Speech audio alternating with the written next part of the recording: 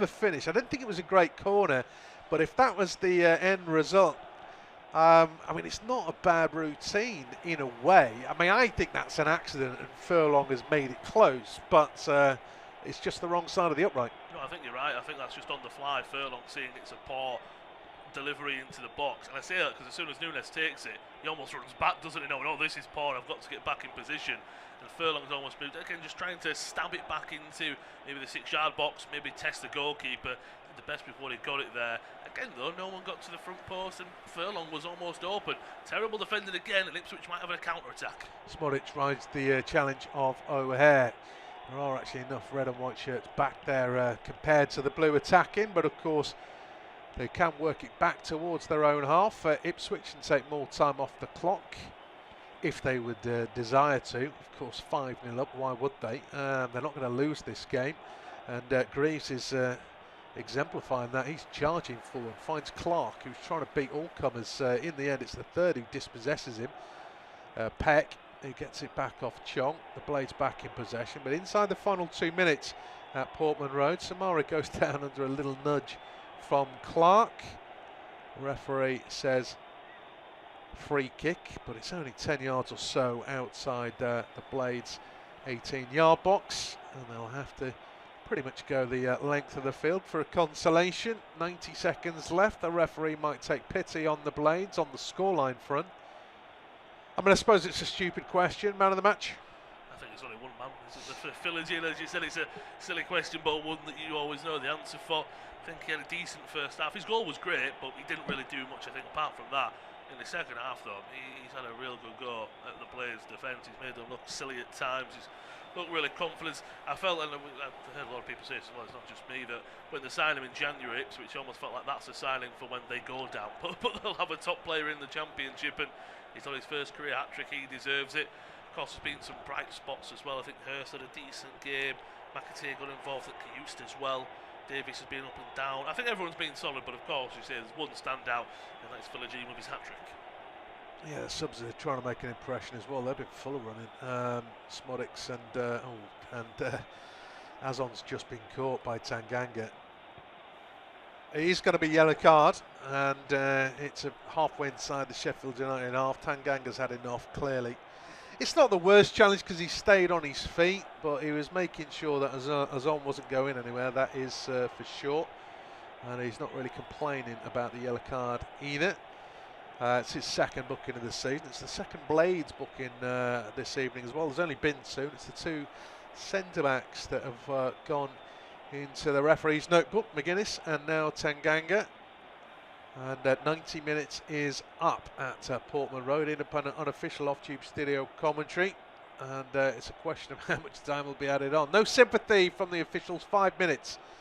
More opportunities for Ipswich to score a goal, perhaps, as Greaves has stayed high up the pitch. Nunes goes for goal, 30 yards out.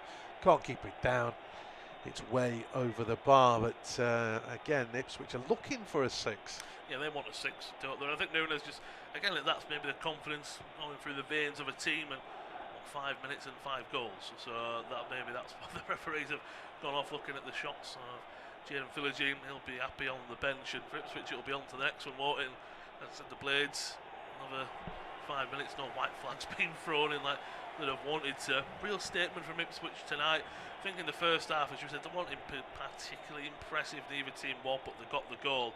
But in the second half, the Blades have been poor, but I think Ipswich have done really well, and they might get a 6 coming forward now. Given away by McGuinness. He managed to block the first attempt. Azon's picked up the loose ball. He's then caught by Samara.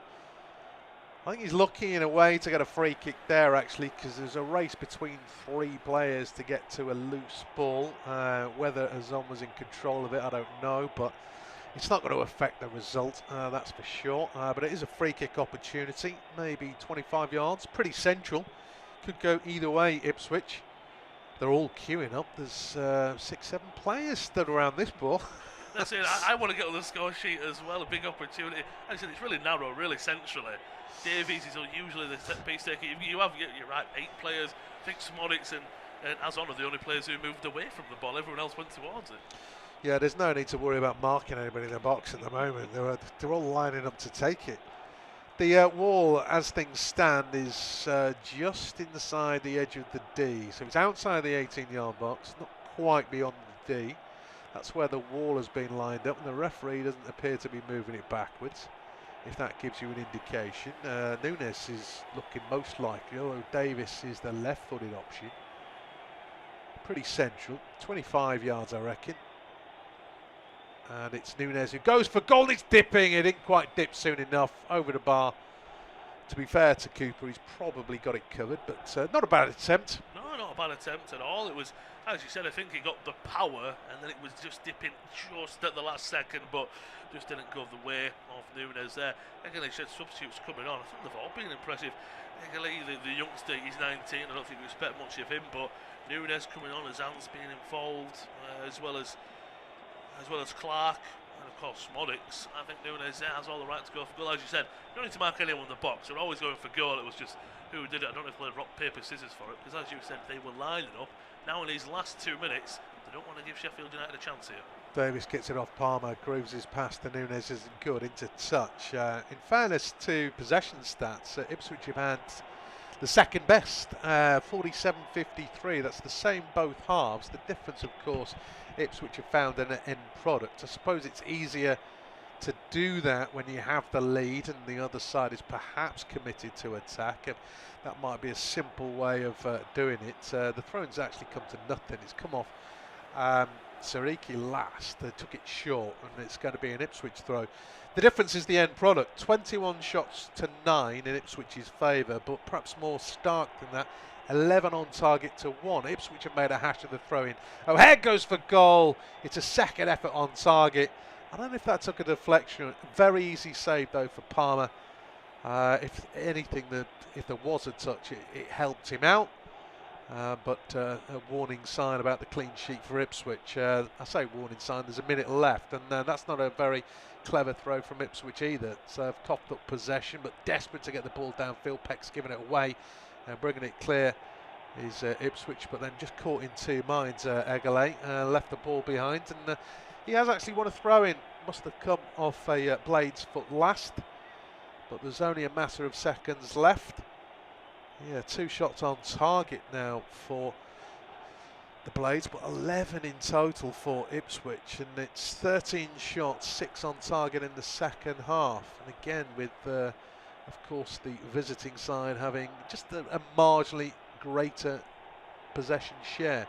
They've taken the throw in. Ipswich, Egele, Smodic tried to work the 1-2. It got away from Egele, hooked away into touch, throw in Sheffield United. We've still got a few seconds left. Whether Ipswich are desperate to get it in play quickly to get another chance of a goal. No, they're not.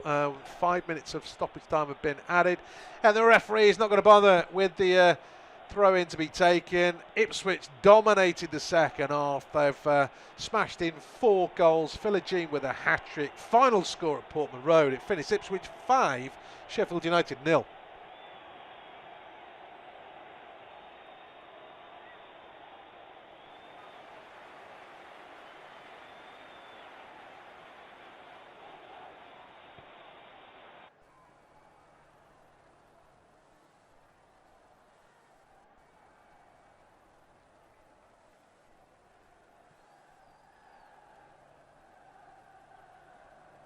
Our next football commentary match is getting ever nearer, so why not take the opportunity of having a bet on the match? Whether you're interested in betting on the match result, the first player to score, the last scorer, correct score, double result, total goals market, handicap betting, or any other of our exciting markets, it's fun to be involved. Don't forget, when the match kicks off, you can sit back and enjoy superb independent studio commentary while also enjoying our in-play betting opportunities. Good luck.